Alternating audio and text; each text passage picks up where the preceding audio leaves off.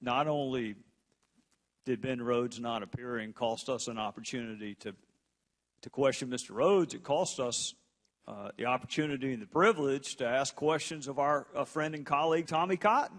Speaking of constitutional crisis, hauling a United States senator before a committee of Congress would really have created a constitutional crisis. So good thing for us, Tommy was willing to come on his own, and it would have, the background contrast would have been interesting to me. You know, the White House is very critical of Senator Cotton and has been for several months now.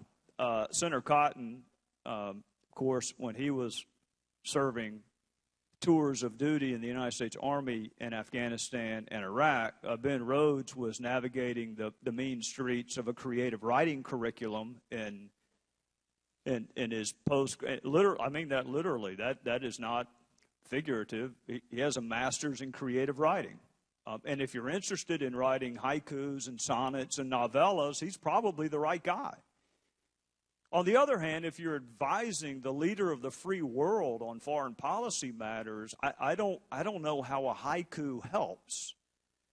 But I would have enjoyed the opportunity to ask Mr. Rhodes how his background prepared him to sell the Iranian deal, but yet Tommy Cotton's background did not prepare him to criticize the Iranian deal. That would have been an interesting dichotomy for me. But what I really wanted to do, Mr. Chairman, was ask Mr. Rhodes to help me, as Gruber did in the past, understand what he meant by certain things. Mr. Chairman, he said, we created an echo chamber. Does the chairman know who we is?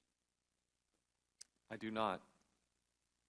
Well, certainly he couldn't be referring to other presidential advisors because he then invoked executive privilege, and he can't be talking about what other presidential advisors said. So it couldn't be that, could it?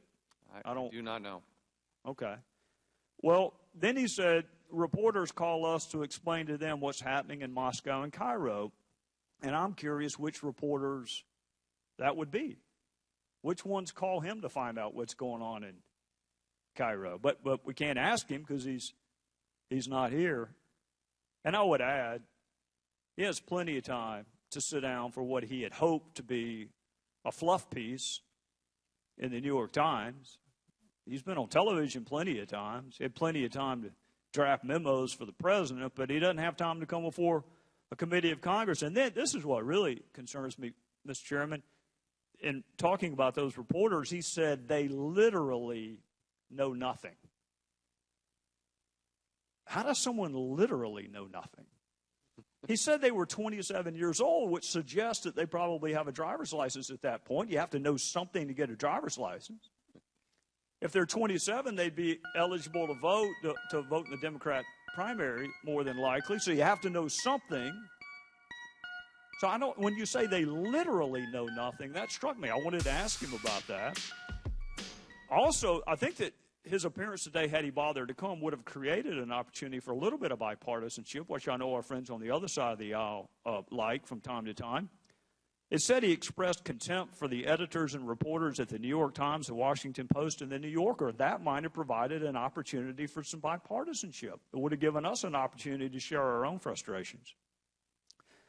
But he didn't come.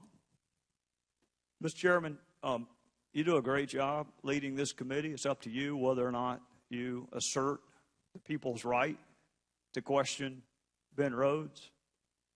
But this selective use of executive privilege on one day, but it's not executive privilege on the next, at some point Congress is going to have to stick up for itself. We're going to have to decide whether or not we do have a right to question people.